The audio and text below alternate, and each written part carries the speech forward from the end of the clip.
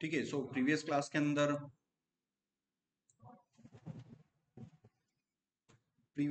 अंदर मैंने आपको टेस्ट केसेस लिखना बताए थे, जिसमें हमने डिस्क्राइब मेथड का यूज किया, इट मेथड का यूज किया, बिफोर का यूज किया, बिफोर ईच का यूज किया। हर एक की मैंने फंक्शनैलिटी आपको बताई। तो जितने भी टेस्ट केसेस है वो हम किसके अंदर लिखते हैं? इट के अंदर लिखते हैं। इट शुड बी, ठीक है ना। सो इट शुड बी, इसको ऐसा होना चाहिए। सो ऐसे टेस्ट केसेस मैंने आपको लिख के यहाँ पर बताए थे। और जहां पर हमने एक पर्टिकुलर टेस्ट वन क्रिएट किया था, वहां पर हमने ऑनर का एड्रेस और जो कॉन्ट्रैक्ट को डिप्लॉय कर रहा है उसका एड्रेस, दोनों को मैं कंपेयर करके यहाँ पर बता रहा था, ठीक है ना। सो ऑनर का एड्रेस हमारा थोड़ा सा कैपिटल लेटर्स में आ रहा था, तो उसको हमने lower to lower case function use करते हुए स्ट्रिंग को मैंने क्या कर दिया? स्मॉल केस में कन्वर्ट कर दिया था, ठीक है। सो वो सारी चीजें मैंने आपको बताई थी। और उसके बाद हम यहाँ पर अब देखते हैं आगे। अगला टेस्ट केस हम करते हैं कि हम बेसिकली मॉडिफायर का टेस्ट कर रहे हैं। मॉडिफायर का टेस्ट में हमने क्या किया है वो हम समझ लेते हैं। मैंने एक कॉन्ट्रैक्ट लिखा और उस कॉन्ट्रैक्ट के अंदर मैंने एक मेथड बनाई। एक प्रॉपर्टी है मेरी एक्स नाम की प्रॉपर्टी। कॉन्ट्रैक्ट डिप्लॉय होते ही वो प्रॉपर्टी क्या हो जाएगी? उसमें वैल्यू 10 स्टोर हो जाएगी। मगर 10 से मुझे 20 करनी है, तो उसके लिए मैंने क्या बना रखा है? एक सेट फंक्शन बना रखा है। मगर मैंने एक कंडीशन लगा रखी है मॉडिफायर की, एक मिडिलवेयर लगा रखा है। जैसे ही मैं इस फंक्शन को कॉल करूंगा तो सबसे पहली चीज क्या कॉल होगी? हमारा मिडिलवेयर कॉल होगा। मिडिलवेयर मतलब आपका मॉडिफायर कॉल होगा, ठीक है ना। सो इस modifier is actually a function. So modifier क्या है? मॉडिफायर बेसिकली अ फंक्शन जहां पर हम अपने कंडीशंस परफॉर्म कर सकते हैं, ठीक है ना। सो हम यहाँ पर कंडीशंस परफॉर्म कर सकते हैं। सो कंडीशंस यहाँ पर हमने ऑब्वियसली लिख रखी है कि मैसेज डॉट सेंडर, है ना। मैसेज डॉट सेंडर क्या है? मैसेज एक ग्लोबल ऑब्जेक्ट है। और इस इस कॉन्ट्रैक्ट को डिप्लॉय करने वाला जो व्यक्ति है, जो मैसेज सेंड कर रहा है, वो हमारा मैसेज डॉट सेंडर है। और उसका हमने अपने करंट एड्रेस से उसको इक्वल करवा दिया। अगर ये दोनों कंडीशन ट्रू होगी, ठीक है ना, तो ही हम आगे बढ़ पाएंगे। अदरवाइज नॉट ऑनर करके हमारा एक कंडीशन हमारी फेल हो जाएगी। तो बेसिकली इस इस पूरे स्टेटमेंट को, रिक्वायर वाले स्टेटमेंट को हम इफ एल्स के फॉर्मेट में लिख सकते हैं। बट इफ एल्स का फॉर्मेट हमें नंबर ऑफ लाइंस बढ़ाएगा, नंबर ऑफ कोड बढ़ेगा।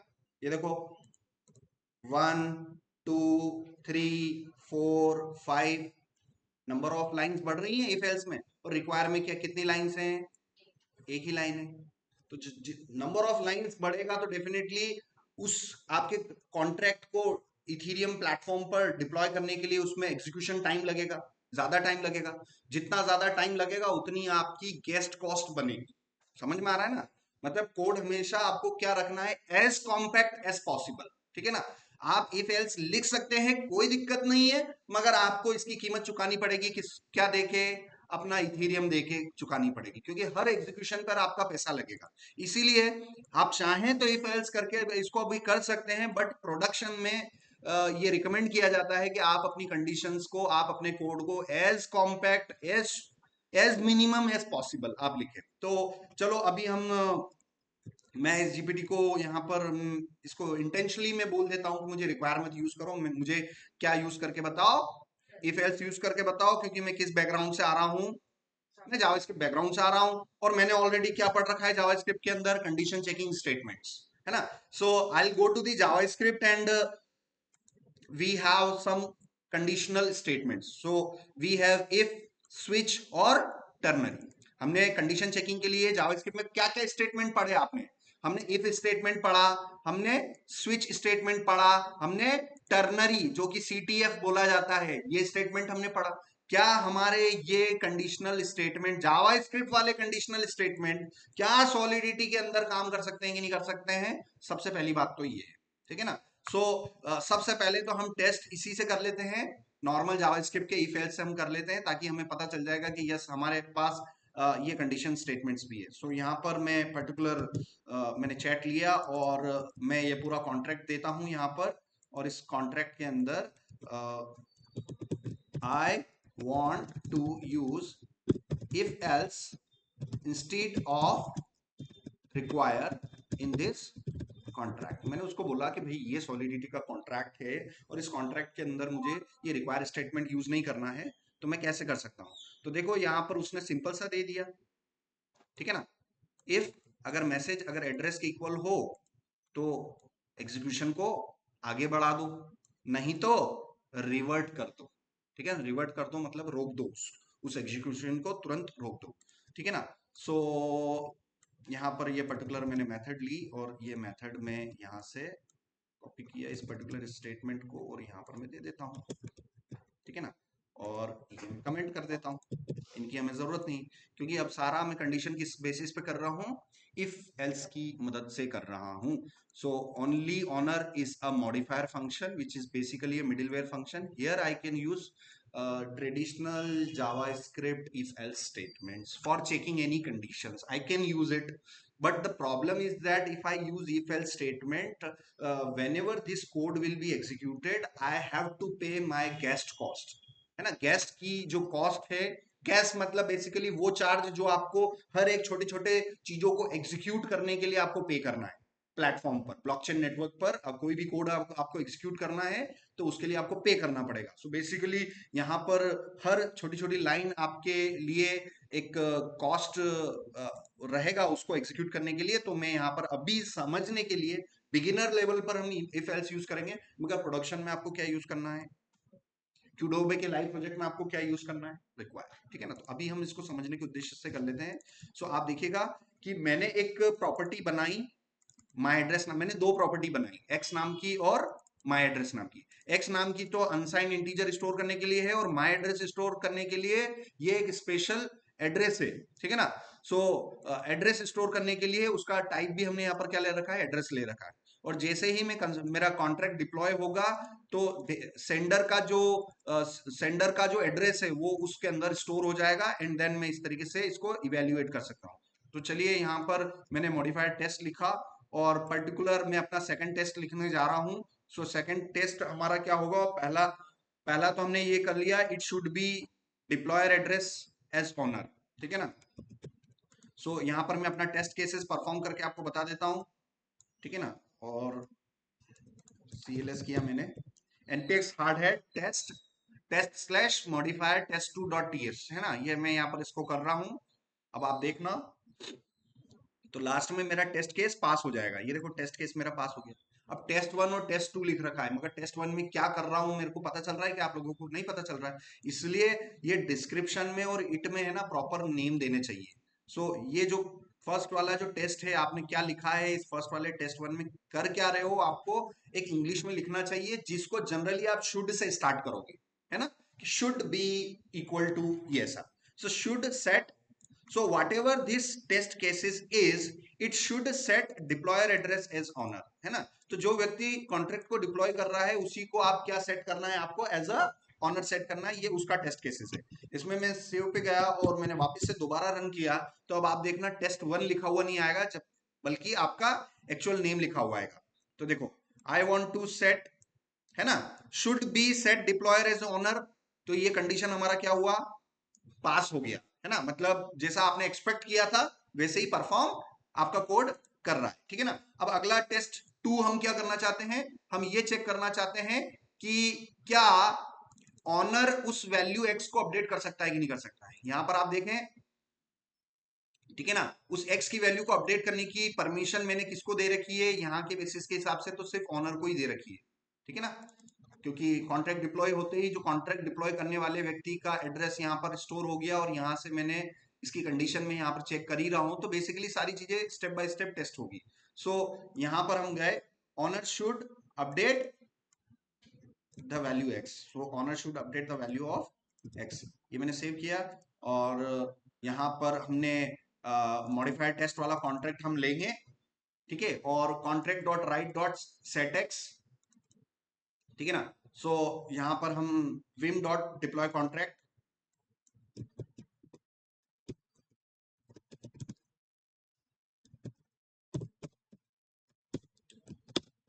ठीक है ना। सो यहाँ पर ऑब्वियसली अवेट लिखा है, तो क्लोजेस्ट फंक्शन पे क्या होना चाहिए, असिंक होना चाहिए, ये रूल है, पेरेंट चाइल्ड का रूल है कि भाई असिंक, अवेट तो चिल्ड्रन है, तो पेरेंट कौन है, असिंक है। बेसिकली अवेट जहां पे भी लिखना है उसके क्लोजेस्ट फंक्शन पर आपको असिंक लिखना पड़ेगा। एक प्रॉब्लम तो चली गई। विम, विम का क्या स्टेटस है हमारे पास, विम यहाँ पर हमने कहाँ ले रखा है, ये हमने डिस्क्राइब के अंदर यहाँ पर विम को एक्सट्रैक्ट कर रखा है। So viem dot deploy contract, deploy contract modifier test, ठीक है। So viem dot deploy contract modifier test, ये मॉडिफायर टेस्ट नाम का हमारे पास कॉन्ट्रैक्ट है, उसको मैंने लिया और मेरा कॉन्ट्रैक्ट यहाँ पर आ चुका है। ये स्टेटमेंट मैंने यहाँ पर भी इस पहले केस में भी लिख रखा था जिसमें मैंने माई कॉन्ट्रैक्ट बोल रखा था, अब मैं यहाँ पर कॉन्ट्रैक्ट बोल रहा हूँ। बेसिकली इस कॉन्ट्रैक्ट के अंदर, इस कॉन्ट्रैक्ट के अंदर क्या है पता कर लेते हैं, console dot log, console dot log और कॉन्ट्रैक्ट, ठीक है ना। इस कॉन्ट्रैक्ट के अंदर एक्चुअल में है क्या वो देख लेते हैं। सेव किया, ब्राउजर में गए, CLS किया और इसको रन किया तुरंत। उस कॉन्ट्रैक्ट के अंदर हमारे पास कुछ मेथड्स मिलेंगी, ठीक है ना। और ये देखा हमने, ये देखो कॉन्ट्रैक्ट, उस कॉन्ट्रैक्ट के अंदर हमारे पास कुछ प्रॉपर्टीज हैं, read, simulate, write, estimate, gas, address and we have ABI, ठीक है ना। सो हमारे पास मल्टीपल मेंबर्स हैं। किसी भी जावास्क्रिप्ट ऑब्जेक्ट के अंदर, किसी भी जावास्क्रिप्ट ऑब्जेक्ट के अंदर कितने मेंबर होते हैं, किसी भी जावा, किसी भी जावास्क्रिप्ट ऑब्जेक्ट के अंदर दो ही मेंबर होते हैं ना, वन डॉट और टू डॉट, है ना। या तो होगी हमारे पास मेथड्स या होगी हमारे पास p:p, है ना। किसी भी जावास्क्रिप्ट ऑब्जेक्ट के अंदर हमारे पास दो ही मेंबर्स हो सकते हैं। यहाँ पर आप देखो, यहाँ पर आप देखो, read is a property, simulate is a property, write is a property, gas estimate is a property, address is a property, ABI also is a property, ठीक है ना। Right now we don't have any methods associated in direct properties पर नहीं है।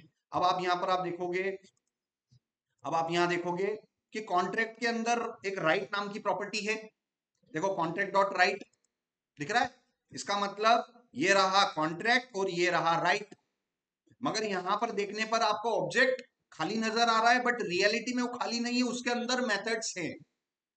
उसके अंदर क्या methods है, फिर से मैं आपको एक एक छोटी छोटी चीजें आप प्रैक्टिकल कर करके देखो, ठीक है ना। तो हमारे पास इस लाइन पे तो मैंने लिख दिया, अब कॉन्ट्रैक्ट डॉट राइट, क्योंकि मुझे उस राइट ऑब्जेक्ट के अंदर है क्या, मुझे वो पूरा इन्वेस्टिगेशन करना पड़ेगा, एक एक चीज इन्वेस्टिगेट। जरूरी नहीं है कि जो चीजें आपको ये खाली ऑब्जेक्ट दिखाई दे रहे हैं ये वाकई में खाली हो सकता है इसके अंदर अगेन क्या हो, कुछ प्रॉपर्टीज हो, अगेन कुछ क्या हो, कुछ मेथड्स हो। तो ये सारे धीरे धीरे आपको इन्वेस्टिगेशंस करके पता चलेंगे। ये मैंने सेव किया, CLS किया, मैंने रन किया, वापिस से मैं दोबारा इसको रन कर लेता हूं पर्टिकुलर, और आप देखना अब अगेन यहाँ पर क्या आ रहा है, एम्प्टी आ रहा है, ठीक है ना। बट यहाँ पर आप देखेंगे contract dot right, contract dot right और सेट वैल्यू x नाम की मेथड है, जबकि कंसोल पे वो लॉग नहीं हो रही है। इस ऑब्जेक्ट खाली आ रहा है अभी भी हमारा, बट लाइब्रेरी के अंदर फिर भी वो अवेलेबल है। अब उसको कैसे एक्सेस करना है हम उसको याद ही रख सकते हैं, क्योंकि ऐसे कंसोल लॉग करके हम पता कर रहे हैं तो एक्चुअल में वो मेथड दिख नहीं रही है हमें। हाँ, ये फंक्शन ऑब्वियसली हमने बनाया है, बट कंसोल लॉग में तो दिखना चाहिए था ना, यहाँ पर कंसोल लॉग में दिखना चाहिए था। और ये हो सकता है कि ये देखो ABI के अंदर हमने वो सारी मेथड्स दे रखी हैं।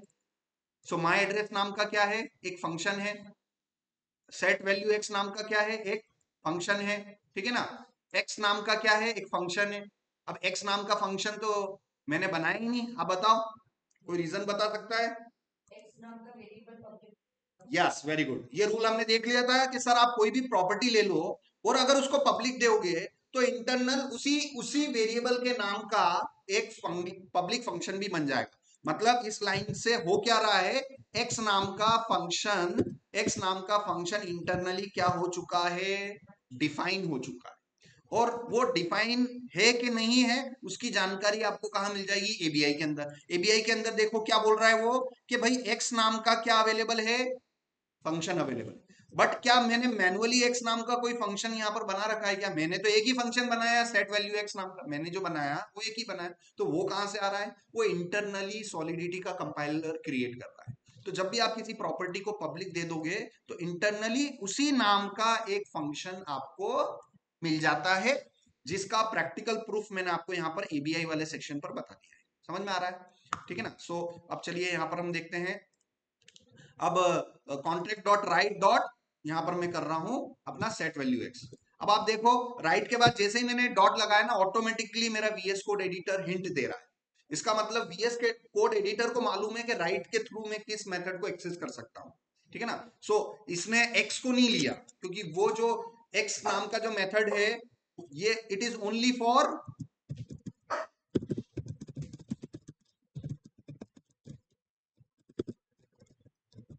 समझ में आ रहा है। अगर आपने एक्स नाम की प्रॉपर्टी बनाई तो उसका रीड करने वाला फंक्शन मिल जाएगा, राइट करने वाला नहीं, रीड करने वाला। मगर राइट करने वाला फंक्शन तो हमने एक्सप्लिसिटली यहां पर बनाया है सेट एक्स करके, ठीक है ना। तो अब यहां पर हम देखते हैं, अब यहां पर देखो बीएस कोड एडिटर भी हमारे उसके स्टेटमेंट को रिकॉग्नाइज कर रहा है कि सेट वैल्यू एक्स, यहां पर हम गए, ठीक है ना, सेट वैल्यू एक्स मैंने यहां पर दिया, सेट वैल्यू एक्स। और इसको कॉन्ट्रैक्ट को मैं यहाँ पर मैं कमेंट कर देता हूँ। और चूंकि ये हमारा एक ऑपरेशन है and this operation will take some time, so that's why this is a statement which will take some time, so I will use await contract dot write set value x। और set value x में यहाँ पर आप यहाँ पर ध्यान रखना, किसी भी ऑब्जेक्ट की अगर कोई मेथड होती है और उसकी कॉलिंग अगर हम करते हैं तो वहां पर हमें क्या पास करने पड़ते हैं, एक्चुअल आर्गुमेंट सप्लाई करने पड़ते हैं। इसका मतलब यहाँ पर हम क्या पास कर रहे हैं, एक्चुअल आर्गुमेंट। और इसका फॉर्मल आर्गुमेंट यहाँ पर ये डिफाइंड है अंडरस्कोर नम में, है ना। सो अंडरस्कोर नम क्या है, फॉर्मल आर्गुमेंट। और यहाँ पर हम टेस्ट केसेस में यहाँ से जो हम सप्लाई करेंगे ये किस तरीके से काम करेगा, हमारा एक्चुअल आर्गुमेंट। भाई हर चीज बेसिक फंडामेंटल ही है, हर चीज बेसिक फंडामेंटल है।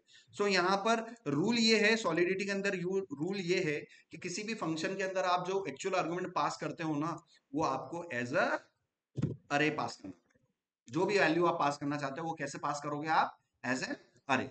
सो मुझे मान लीजिए यहाँ पर मेरी वैल्यू जो लास्ट क्लास में मैंने सेट करी थी, वो मैंने वैल्यू क्या सेट करी थी, 10 करी थी। मगर बाद में मैं उसको क्या करना चाहता हूँ, ओवरराइट करना चाहता हूँ 20 करके। तो मैं यहाँ पर क्या दूंगा, 20n, ठीक है ना। ये 20n लिखना जरूरी है, n इज बिग इंटीजर, ठीक है ना, n इज बिग इंटीजर। और big integer data type JavaScript के किस वर्जन में इंट्रोड्यूस हुआ है, सॉलिडिटी वालों को पूछा जा सकता है इंटरव्यू में, ठीक है ना। सो लेट्स अंडरस्टैंड कि बिग इंटीजर इन जावास्क्रिप्ट, है ना, बिग इंटीजर इन जावास्क्रिप्ट। भाई ये कब कब आया, है ना, बिग इंटीजर इन जावास्क्रिप्ट कब आया, बिग इंट, ये हम थोड़ा देख लेते हैं, इसकी हिस्ट्री देख लेते हैं। तो ये जो बिग इंटीजर इन जावास्क्रिप्ट, ये most probably was introduced in ES6, ठीक है ना। ठीक है, सो मैं चैट से पूछ लेता हूँ, big integer was introduced in which JS version, ठीक है ना। मैंने उसको पूछा कि भाई बिग इंटीजर नाम का डेटा टाइप है तो सही, मगर वो जावास्क्रिप्ट के किस वर्जन में इंट्रोड्यूस हुआ है, वो आपके ES11 में ही हो गया था, ES11। अब ES11 मतलब 22। और अभी आप चूंकि हार्ड हैट 3.x यूज कर रहे हो, तो वो उन्होंने अपनी लाइब्रेरी में n इंट्रोड्यूस कर दिया होगा, ताकि क्योंकि ब्लॉकचेन्स के अंदर हमें बड़े नंबर्स पर हमें डील करना होता है, तो बड़े नंबर्स को हैंडल करने के लिए जावास्क्रिप्ट में कौन से डेटा टाइप है हमारे पास, बिग इंटीजर्स हैं।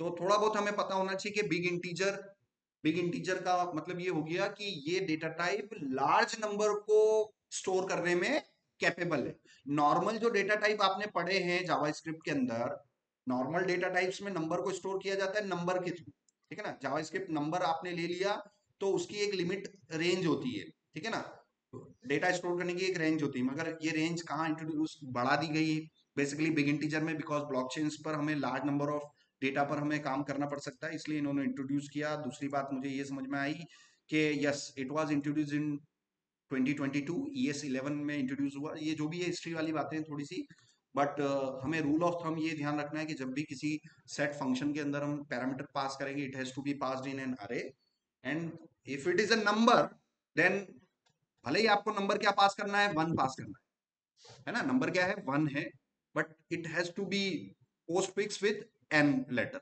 And n represent n is equal to it's a big integer data type. समझ में आया? सो n का मतलब यहां पर क्या हो गया, बिग इंटीजर और one. So basically one number है, मगर उसका वो मैं उसका फॉर्मेट क्या प्रोवाइड कर रहा हूं यहां पर, वन n प्रोवाइड कर रहा हूं। सो बिग इंटीजर ये बेसिकली, सो यहां पर ये मैंने इसको सेट किया और इस वैल्यू को मैं रीड करूंगा, ठीक है ना, इसको सेट किया और इस वैल्यू को मैं यहां से रीड कर लूं। सो let value is equal to contract dot read dot x, ठीक है ना, contract dot read dot x। अब अगेन यहां पर आप देखो ये contract dot read dot x किया और ये ऑपरेशन मेरा obviously await contract dot read dot x, ठीक है ना। अब ये आप बोलोगे सर ये x मेथड तो आपने तो डिफाइन कर ही नहीं रखी, x नाम की रीड मेथड मैंने बना रखी है क्या? नहीं है। क्यों? ऑटोमेटिकली बन जाती है सर, इंटरनल बन जाती है। जब भी आप कोई प्रॉपर्टी लोगे उसको पब्लिक दोगे तो जो प्रॉपर्टी का नाम है उसी नाम से एक इंटरनल फंक्शन बन जाता है।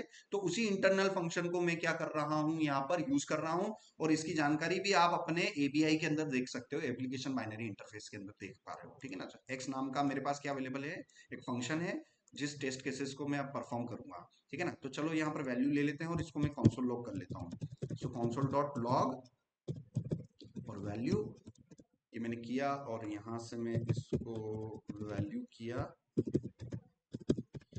वैल्यू मैंने किया, CLS किया मैंने, पर्टिकुलर रन पर गए,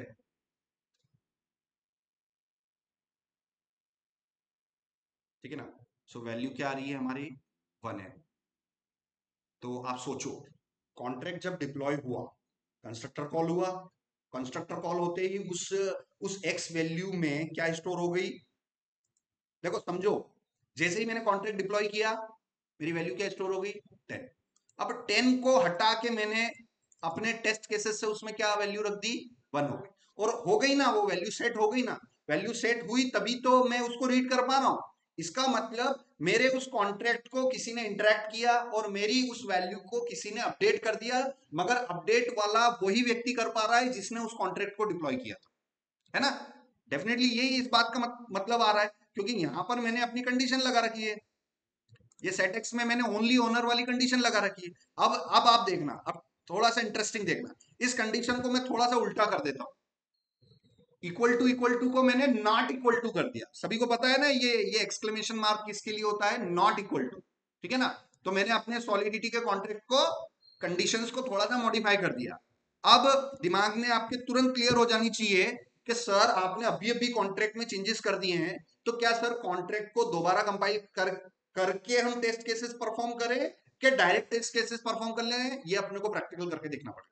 चलो मैंने कॉन्ट्रैक्ट के अंदर अभी अभी 2 सेकंड पहले चेंजेस किए कि नहीं किए, किए ना, तो it has to be compiled, क्योंकि वो नया कोड इफेक्ट तभी करेगा जब आप उस कोड को कंपाइल करोगे। मैं अभी कंपाइल नहीं कर रहा हूं, मैं डायरेक्ट अपने टेस्ट केसेस को उसी को परफॉर्म कर रहा हूं।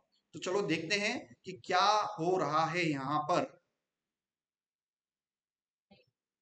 ठीक है ना। सो अननोन आरपीसी एरर, देखो ये एरर दे दी उसने, एरर दे दी, इसने एरर दे दी ना बेसिकली, और एरर दे दी इसका मतलब ये टेस्ट केसेस में ऑटोमेटिकली क्या हो रहा है, कंपाइल भी हो रहा है। Why? Because of the before each.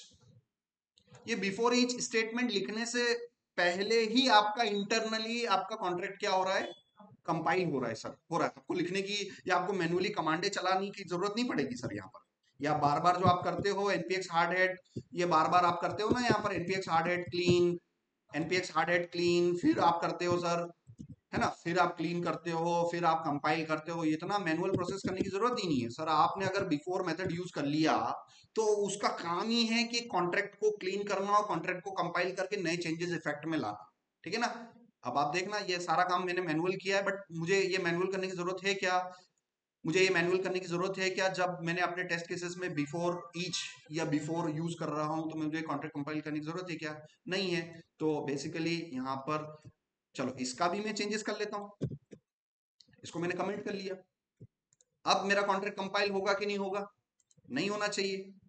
और यहां से मैंने कंडीशन ये ले ली, मैंने कंडीशन ये ले ली। ठीक है ना। और मैं अपने टेस्ट केसेस को फिर से परफॉर्म करके देखता हूं।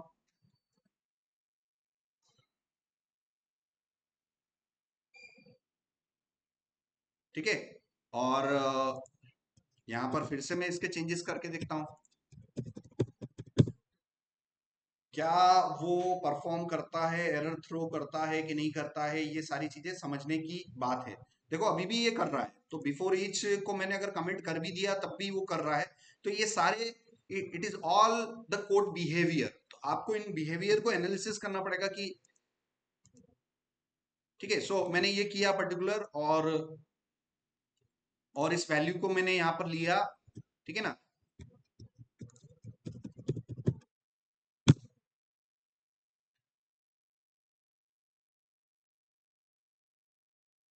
ठीक है ना। पर्टिकुलर एरर आ रही है मेरी, और यहां पर हम ये चेक करते हैं कि इस वैल्यू को हमने रीड किया, और असर्ट डॉट इक्वल दोनों वैल्यूज को हम कंपेयर करवा लेंगे। इन दोनों वैल्यूज को हम यहाँ से कंपेयर करवा लेते हैं। ठीक है ना। तो यहाँ पर मैंने वैल्यू कितना सेट किया था? 1 सेट किया था, यहाँ पर 1।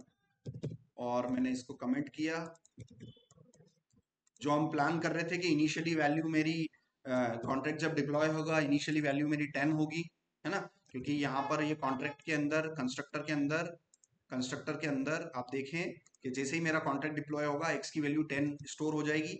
और उसके बाद मैं अपने टेस्ट केसेस से by by using test test cases से मैं उसकी वैल्यू को क्या करना चाहता हूँ? ओवरराइट करना चाहता हूँ। तो यहाँ पर मैंने टेस्ट केसेस में इसकी वैल्यू को यहाँ से मैंने क्या कर दिया? इसको ओवरराइट कर दिया।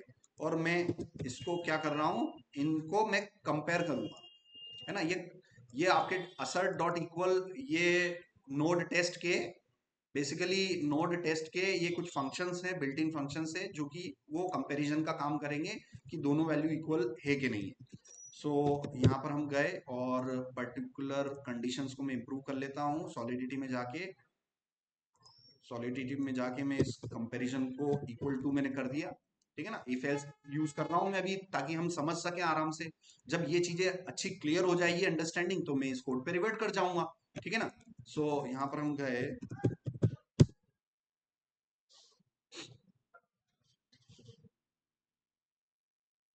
ठीक है ना।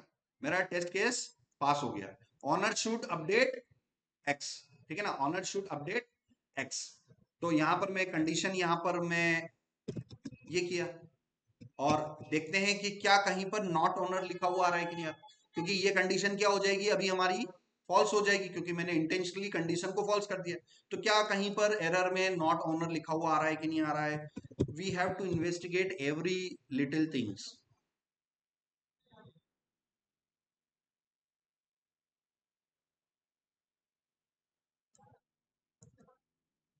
ठीक है। आ गया ना, reverted with reason string not owner. So आपको समझ में आया कि आपने जो टेस्ट केसेस लिखे, जब जब भी आप टेस्ट केसेस सर परफॉर्म कर रहे हो, जब जब भी आप टेस्ट केसेस परफॉर्म कर रहे हो, ये मैं बिफोर वाला भी हटा देता हूं, सेव किया और मैंने रन किया, और आप देखेंगे कि सर जब भी आप कोई टेस्ट केसेस परफॉर्म करते हो, बाय डिफॉल्ट आपके कॉन्ट्रैक्ट जो है वो क्या हो रहे हैं? कंपाइल हो रहे हैं बैकग्राउंड में। अब वो इंटरनल हो रहे होंगे, क्योंकि सॉलिडिटी ये हार्ड हेड जिसने बनाया है उसने टेस्ट केसेस बनाए होंगे, उसको अच्छी तरीके से पता है कि बेचारा डेवलपर, वेब3 डेवलपर टेस्ट करेगा। अब टेस्ट करेगा तो टेस्ट तभी कर पाएगा जब कंपाइल, वो कॉन्ट्रैक्ट को पहले कंपाइल करेगा तभी टेस्ट कर पाएगा। तो उसने उस लाइब्रेरी बनाते समय ये सारी चीजें इंटरनली कर दी होगी, हम ये अज्यूम करके चल सकते हैं। अब आप देखना रियल टाइम में मैंने यहाँ पर अपने कोड को इंप्रूव कर दिया, ये इक्वल टू कर दिया, और मैं कुछ नहीं कर रहा हूं, और मैं दोबारा अपने टेस्ट केस को परफॉर्म कर रहा हूं, तो इस बार मेरा टेस्ट पास हो जाएगा। मतलब देखना, इस बार टेस्ट हमारा ये मेरा टेस्ट पास हो गया ना, मेरा test case owner should update value x, मतलब कॉन्ट्रैक्ट को डिप्लॉय करने वाला ही व्यक्ति आपकी एक्स की वैल्यू को चेंज कर सकता है, जो कि हमारा टेस्ट केस क्या हो गया, पास हो गया। तो आप देखो कि जैसे ही मैंने कॉन्ट्रैक्ट में चेंजेस किया और मैं डायरेक्ट टेस्ट केसेस को परफॉर्म किया, तो मुझे क्या कॉन्ट्रैक्ट को मैनुअली कंपाइल करने की जरूरत पड़ी? क्या नहीं पड़ी, वो रियल टाइम में ही इंटरनली टेस्ट केसेस को परफॉर्म करने से पहले ही इंटरनली आपका क्या हो रहा है, आपका कॉन्ट्रैक्ट कंपाइल हो रहा है। ठीक है, सो ये चीज हुई। अब इसका लास्ट स्टेटमेंट देख लेते हैं, non owner should not call value x. ठीक है ना, तो यहां तो मेरी कंडीशन बिल्कुल सही है, यहां तो ऑनर ही कोड को एग्जीक्यूट कर पाएगा। इस अंडरस्कोर अंडरस्कोर सेमीकोलन का ये मतलब है आगे बढ़ना है।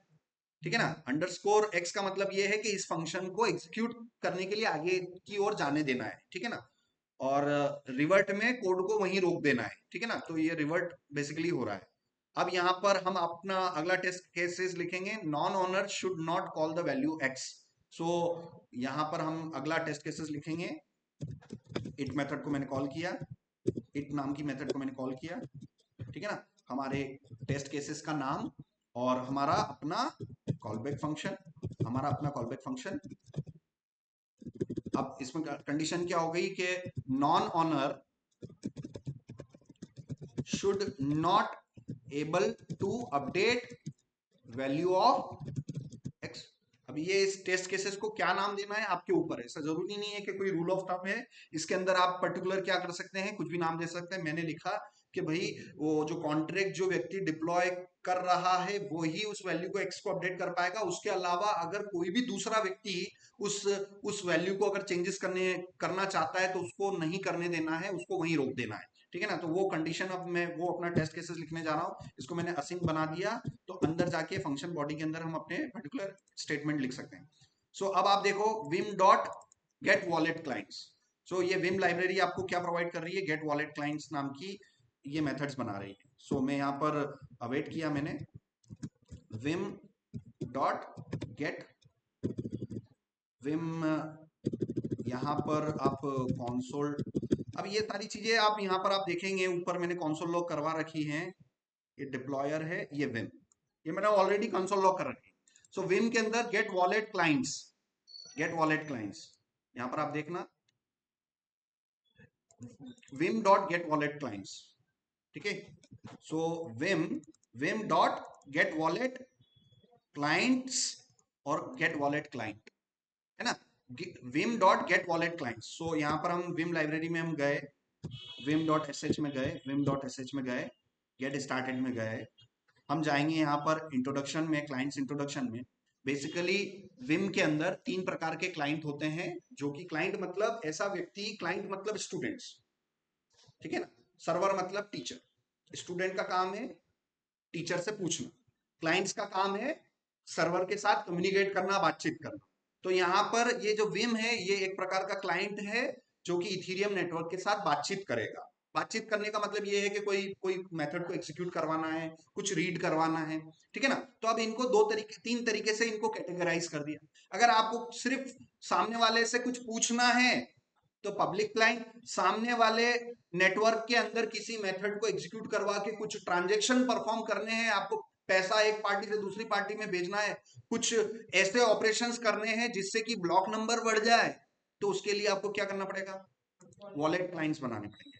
सो we need to create some wallet clients. Why we need to create some wallet clients? Because there is a write operation, we are going to perform a write operation, because we have set a set value x method which is basically override the previous value and apply the new value. So this is basically a read operation or write operation. It's a write operation. For any kind of write operation on Ethereum blockchain, we need to create which kind of client, wallet client, है ना। तो ये चीजें basic understanding है, आपको समझ में आनी चाहिए। और जैसे ही वॉलेट क्लाइंट, जैसे ही हमारे इथीरियम नेटवर्क पर हम कोई भी राइट ऑपरेशन करेंगे तो हमारा ब्लॉक नंबर 0 से 1, 1 से 2, 2 से 3, कोई दो पार्टी आपस में पैसा भेज रही है तो जैसे वो भी एक राइट ऑपरेशन है, तो उसमें भी हमारा ब्लॉक नंबर क्या होगा, इंक्रीज होते चलेगा। ये चीजें हमने इन्वेस्टिगेशंस करी हैं लंबे समय से। सो बस अब हमारा टेस्ट केसेस में आगे बढ़ते हैं। सो यहां पर हमने ले लिया await Vim dot get wallet clients नाम की मेथड को मैंने कॉल किया, क्योंकि मैं आपको बता दूं इसके ये मैंने पहले से कंसोल लॉग कर रखा था। अब गेट वॉलेट क्लाइंट्स है ना, सो गेट वॉलेट क्लाइंट्स मेथड को मैंने कॉल किया। अब किसी भी मेथड को हम कॉल करते हैं तो वो मेथड जो है कुछ ना कुछ रिटर्न करती है, ठीक है ना। अब वो जो रिटर्न करती है, अगर आपको सारी के सारी चीजें लेनी है तो उसको किसी एक वेरिएबल में ले लो। वो क्या रिटर्न कर रही है मुझे नहीं पता, ठीक है ना। सो गेट वॉलेट क्लाइंट्स को जो कुछ भी रिटर्न कर रही है उसको मैंने किस में ले लिया, एक्स में ले लिया। और यहाँ पर एक्स को हम कंसोल लॉग करके देखते हैं, ठीक है ना, एक्स को हम कंसोल लॉग करके देखते हैं। सो यहाँ पर मैंने एक्स को कंसोल लॉग किया और यहाँ पर मैंने किया, ठीक है ना। सो CLS किया मैंने, पर्टिकुलर यहाँ पर गए, एक्स में क्या आ रहा है वो हम देखते हैं, है ना। ऐसे कंसोल लॉग कर करके आपको देखना पड़ेगा। और ये आप देखो, अब आप देखो बहुत एक्स में एक बहुत बड़ा ऑब्जेक्ट आ रहा है, ठीक है ना। देखो ना, मैं स्क्रॉल ही नहीं कर पा रहा हूँ, बहुत इंफॉर्मेशन आ रही है। तो जैसे ही मैं गेट वॉलेट क्लाइंट्स मेथड को कॉल कर रहा हूँ, ये मुझे बहुत सारी चीजें दे रहा है। अब मुझे बहुत सारी चीजें नहीं चाहिए, मुझे कुछ स्पेसिफिक चीजें चाहिए, ठीक है ना। I don't want to get thousands of objects which is returning from get wallet clients. मुझे किसी एक को चाहिए तो मुझे क्या करना पड़ेगा, डीस्ट्रक्चर करना पड़ेगा। अब डीस्ट्रक्चर वो जो सामने वाला भेज रहा है, वो ऑब्जेक्ट भेज रहा है कि अरे भेज रहा है, वो हमें पता करना पड़ेगा। सो यहाँ पर आप आप इस कोड को देखते हुए आप पता कर सकते हो कि आपने उसको क्या किया, डीस्ट्रक्चर कर दिया, है ना, स्क्वायर ब्रैकेट लगा दिया। इसका मतलब सामने वाला जो भेज रहा है वो एक अरे के अंदर ऑब्जेक्ट भेज रहा है, वो अरे के अंदर ऑब्जेक्ट भेज रहा है, ठीक है ना। और आप पहले देखते कि ये वाला ये ऑब्जेक्ट भेज रहा है, सामने वाली मेथड जो है आपको क्या भेज रही है, ऑब्जेक्ट भेज रही है। तो आपने डायरेक्टली ऑब्जेक्ट के अंदर उस पर्टिकुलर प्रॉपर्टी को एक्सट्रैक्ट कर लिया। मगर यहां पर आप देखोगे गेट वॉलेट क्लाइंट्स आपको क्या रिटर्न कर रहा है, एक ऑब्जेक्ट रिटर्न कर रहा है, एक अरे रिटर्न कर रहा है। उस अरे का पहला एलिमेंट हमें नहीं चाहिए, ठीक है ना। सो इस चीज को मैं छोटे लेवल पर आपको समझा देता हूं। इसको तुरंत हम बेसिक फंडामेंटल से मैं आपको बता देता हूं। जेएस प्लेग्राउंड पर मैं गया, हर चीज जावास्क्रिप्ट प्लेग्राउंड से ही आएगी, ठीक है ना। सो मैंने इसको किया, ठीक है ना। ये मैंने आपको ऑलरेडी बता दिया था कल कि मैंने एक मेथड बनाया, गेट वॉलेट क्लाइंट्स का फंक्शन को डिफाइन किया, फंक्शन को कॉल किया। कॉल करते समय आप देखो उस फंक्शन के अंदर से क्या रिटर्न हो रहा है, एक अरे। और उस अरे को, उस अरे के अंदर बहुत सारे एलिमेंट्स हैं। मुझे सारे चाहिए कि कोई स्पेसिफिक चाहिए, स्पेसिफिक चाहिए। मुझे दूसरा वाला चाहिए, दूसरे नंबर पे जो भी ऑब्जेक्ट है ना मुझे वो चाहिए। तो यहां पर मैं क्या कर सकता हूं, पहला एलिमेंट कॉमा दूसरा एलिमेंट। अब ये दूसरा जो एलिमेंट है ये बेसिकली हमारे लिए अटैकर है ना। एक फेक अटैकर है जो कि आपके उस पे, जिसका एक रैंडम एड्रेस होगा, जिसका एक रैंडम एड्रेस होगा। सो ये मेरे लिए क्या हो गया, एक अटैकर हो गया।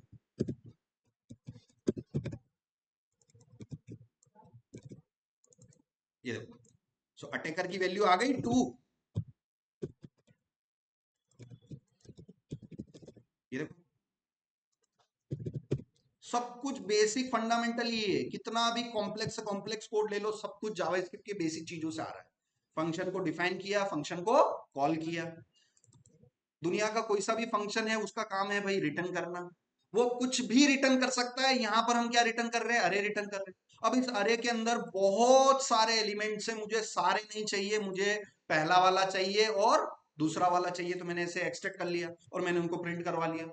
आ गया कि नहीं आ गया समझ में, एक बेसिक फंडामेंटल से मैंने समझा दिया। अब इसमें मुझे पहले वाले की जरूरत ही नहीं है। समझ में आया, इस कॉमा का क्या मतलब हो गया, पहले वाले की जरूरत नहीं है, इस वन की मुझे जरूरत नहीं है, टू पर जो है उस ऑब्जेक्ट की मुझे जरूरत है। तो ये देखो उसने टू ले लिया। तो समझ में आया लिखने का तरीका, ये इन्होंने ऐसे क्यों कर रखा है। ये अरे के अंदर ये, इसका मतलब इस अरे का जो पहला एलिमेंट था उसकी हमें जरूरत नहीं है, दूसरे एलिमेंट की हमें जरूरत है, जो कि कौन होगा, अटैकर होगा। तो अटैकर का ये मैंने ले लिया। अब मैं इस स्टेटमेंट को ट्राई कैच के थ्रू करूंगा, क्योंकि ये स्टेटमेंट हमारा वो करेगा, एरर थ्रो कर सकता है। सो यहाँ पर मैंने लेट, जनरली यहाँ पर कॉन्स्ट का यूज किया जाता है, ये कॉमा लगा दिया, मतलब ये फर्स्ट एलिमेंट मुझे नहीं चाहिए। अरे भाई इसको देखो, ये वन जो है इस फंक्शन के अंदर जो ये पहले नंबर पे जो भी है उसकी मुझे जरूरत नहीं है, मुझे दूसरे की जरूरत है, तो मैंने कॉमा 2 कर दिया। उसी प्रकार से मुझे तीसरे की जरूरत नहीं है और मुझे चौथे की जरूरत है, ये फोर्थ वाला आइटम, ये मेरा आया समझ में। क्लियरली मैंने समझा दिया है कि भाई ये कॉमा कॉमा लगाओगे ना तो उससे वो एलिमेंट, फोर्थ वाला एलिमेंट उठ के फोर्थ वाले उसमें चले जाएगा।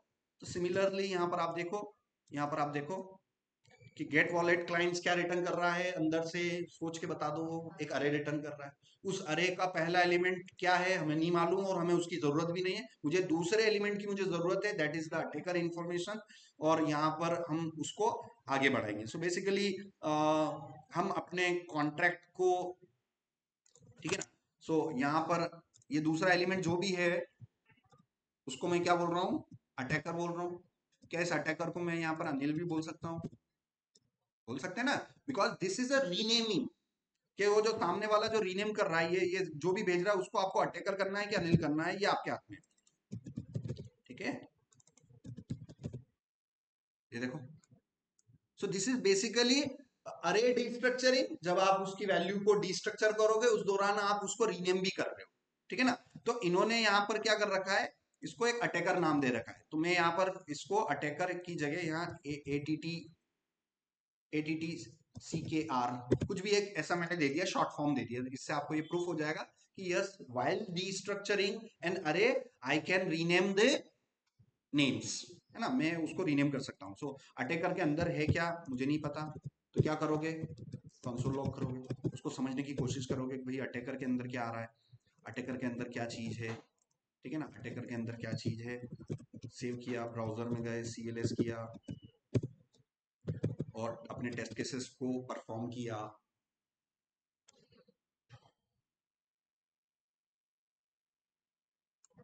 Non owner should able to, ये देखो अटैकर आ गया, अटैकर।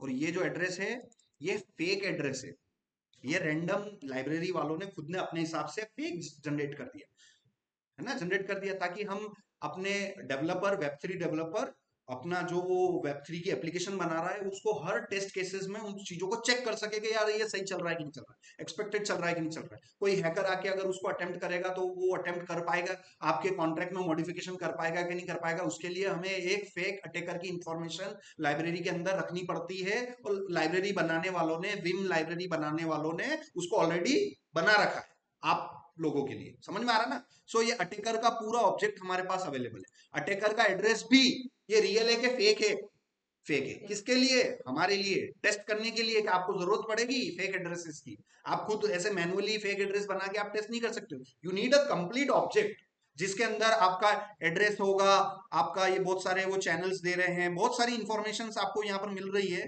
तो हमारे पास एक फेक अटैकर की इंफॉर्मेशन हमें मिल रही है। अब यहाँ पर हम फटाफट गए, कॉन्स्ट और मेरा contract,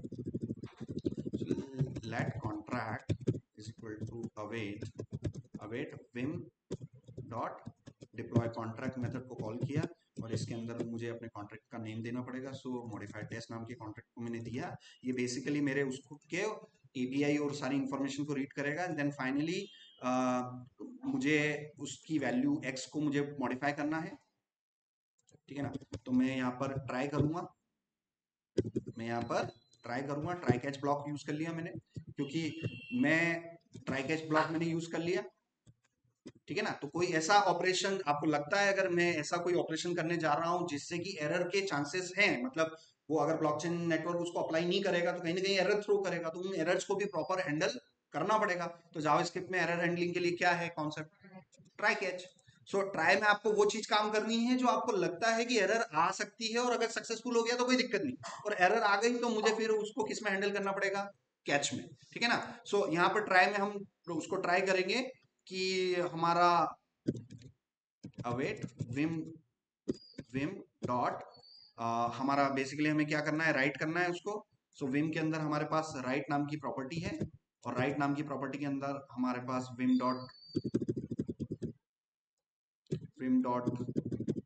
sorry contract dot write dot set value X, और हमें पता है इसके अंदर हम हमेशा किस तरीके से पास करेंगे, कुछ वैल्यू हम पास करेंगे with the help of big integer. This is an actual argument, ठीक है ना, ये एक्चुअल आर्गुमेंट है और ये हम इसको कर रहे हैं। अब इसमें ये फर्स्ट एक्चुअल आर्गुमेंट आप देखेंगे, फर्स्ट एक्चुअल आर्गुमेंट जो हमें पास करने हैं वो अरे के अंदर है, सेकंड एक्चुअल आर्गुमेंट ऑब्जेक्ट है, ठीक है ना। सो राइट मेथड के अंदर ये एक ऑब्जेक्ट होगा, ठीक है ना। First actual argument is an अरे, और सेकंड ऑब्जेक्ट, सेकंड जो एक्चुअल आर्गुमेंट होगा, भाई इसको है ना ऐसे कंपेयर कर करके लिखो, ऐसा है ना, ऐसा फॉर्मेट बना लो भाई, ये है अवेट, कॉन्ट्रैक्ट क्या है मेरा, ऑब्जेक्ट है, राइट क्या है, प्रॉपर्टी है, सेट वैल्यू क्या है, मेथड है, मेथड की क्या कर रहा हूं मैं, कॉलिंग। ये पहला क्या है मेरा एक्चुअल आर्गुमेंट। क्या मैं एक्चुअल आर्गुमेंट सेकंड पास कर सकता हूँ, ऑब्वियसली कर सकता हूँ। अगर ये मेथड जिसने बना रखी होगी उसके उस फॉर्मल आर्गुमेंट में सेकंड होगा तो मैं कर सकता हूँ, ठीक है ना। तो ये सारी चीजें आपको समझनी होगी। कॉमा लगा दिया, इस अरे के बाद कॉमा लगा दिया, मतलब what you are going to do, I am going to pass second argument, second actual argument, and that second actual argument is an object, है ना, that second argument is an object, and here I will supply the account detail of the attacker.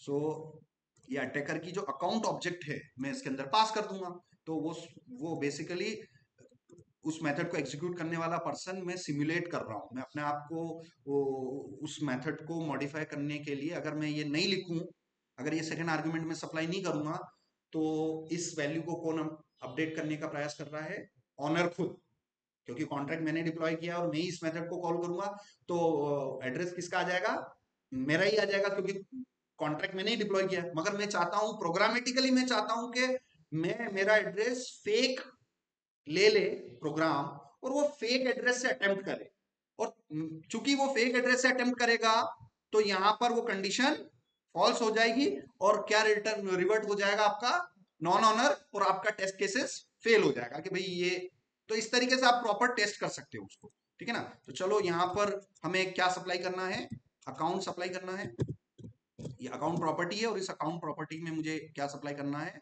Attacker dot account, ठीक है ना। सो attacker आपने यहाँ पर ले ही रखा है, ATTCAR अटेकर डॉट अकाउंट। सो यहाँ पर आप देखोगे ATTR डॉट अकाउंट, इस अकाउंट ऑब्जेक्ट के अंदर दो चीजें हैं, एक तो एड्रेस है और एक टाइप है, ठीक है ना। वो जो भी है आपको ऐसे लिख लिख के कंसोल लॉक कर करके समझना है, अटेकर डॉट अकाउंट, ठीक है ना। सो ये मैंने सप्लाई किया, और इसमें देख लेते हैं और कुछ है क्या। सो बेसिकली अगर ये हो गया, अगर ये एग्जीक्यूट हो गया, तो आपको आपके टेस्ट केसेस को आपको फेल करना पड़ेगा, है ना। देखो अटैकर उसमें मॉडिफाई कर रहा है और उसने कर दिया, इसका मतलब आपका टेस्ट केसेस फेल होना चाहिए, क्योंकि ऐसा नहीं होना चाहिए। सो यहाँ पर असर्ट डॉट फेल करके हमने मैसेज दिया, ट्राई के अंदर ही, ट्राई के अंदर ही हमने दिया, ठीक है ना, ट्राई के अंदर ही हमने दिया, और असर्ट डॉट ओके,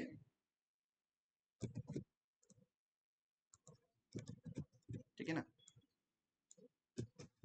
ये फॉर्मल आर्गुमेंट मैंने यहाँ ले लिया।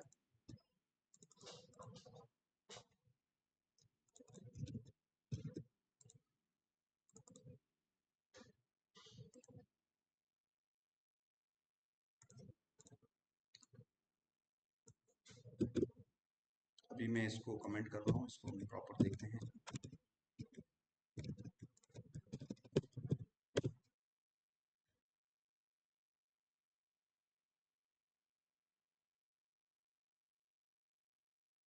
Non owner should not be able to update the value of x, है ना। नॉन ऑनर, नॉन ऑनर मतलब अटैकर, अटैकर एक्स की वैल्यू को अपडेट नहीं करना चाहिए, मतलब मॉडिफायर आ जाएगा बीच में, अटैकर जाके उसको अटेम्प्ट कर रहा है मॉडिफाई करने के लिए, कॉन्ट्रैक्ट कॉल होगा, कॉन्ट्रैक्ट के अंदर मेथड कॉल होगी, सेट वैल्यू एक्स नाम की मेथड कॉल होगी, उससे पहले बीच में आ जाएगा आपका सिक्योरिटी गार्ड, बॉडी गार्ड आ जाएगा, दैट इज मॉडिफायर।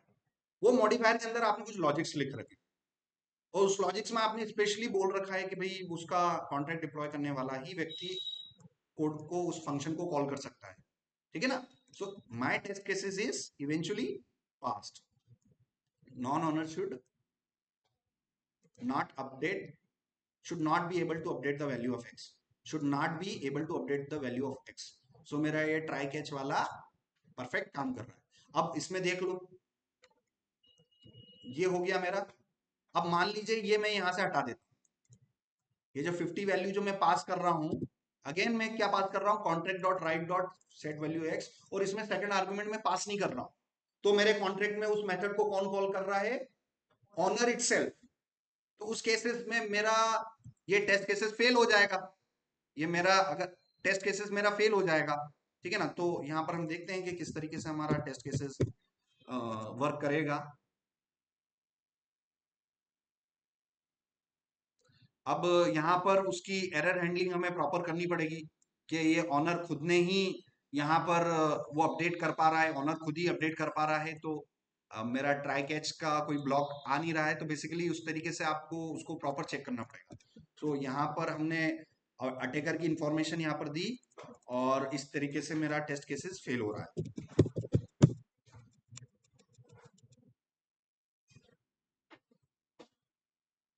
ठीक है ना, non owner should not be able to update the value of x.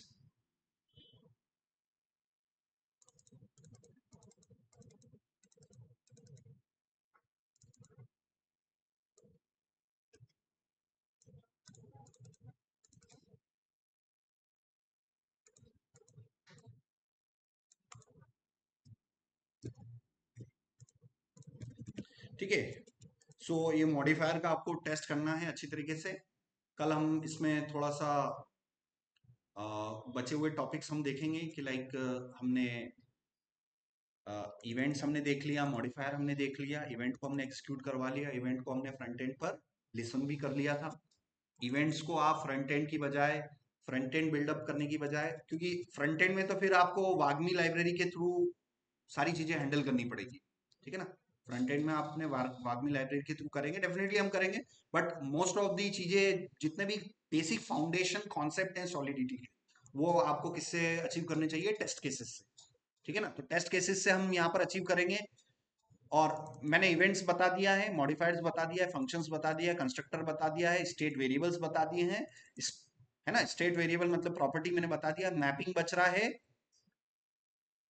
और इनम्स और एरर्स, इन तीन को मैं कल की क्लास के अंदर मैं आपको बता दूंगा। सो तो बेसिकली एक सॉलिडिटी कॉन्ट्रैक्ट के अंदर कितने मेंबर्स हैं, देर आर 9 मेंबर्स, ठीक है ना। सो प्रॉपर्टी, कंस्ट्रक्टर और मेथड्स हमने कर लिया, इवेंट्स हम कर लिया हमने, मॉडिफायर मतलब मिडिलवेयर जो कि वैलिडेशन का काम है वो भी आज मैंने टेस्ट केसेस के थ्रू अचीव कर लिया है।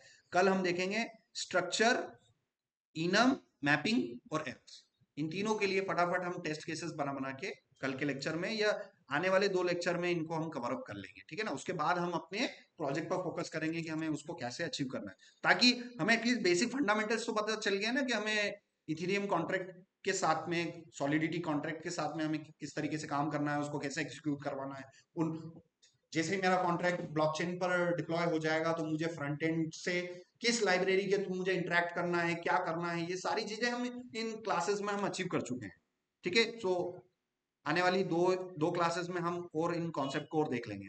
स्ट्रक्चर्स, स्ट्रक्चर्स को शॉर्ट फॉर्म में बोला जाता है स्ट्रक्ट, और ये स्ट्रक्चर आया है सी प्रोग्रामिंग लैंग्वेज के स्ट्रक्ट कॉन्सेप्ट से। तो सी प्रोग्रामिंग लैंग्वेज में अगर आपने स्ट्रक्ट पढ़ा है, अगर सी प्रोग्रामिंग लैंग्वेज में आपने स्ट्रक्ट पढ़ा है तो आप उसको अच्छी तरीके से कर सकते हो, नहीं भी पढ़ा है तो मैं आपको बिल्कुल जीरो से बताऊंगा कल फिर से, ठीक है ना। सो सॉलिडिटी के अंदर हमें स्ट्रक्चर देखना है, ई न्यूमरेशन देखना है, स्ट्रक्ट्स मतलब स्ट्रक्चर्स, इनम्स मतलब ई न्यूमरेशन, है ना, समझ में आ रहा है। स्ट्रक्ट्स, स्ट्रक्चर्स, इन्यूमरेशंस, मैपिंग एंड एरर्स, ये हम नेक्स्ट क्लास में देखेंगे।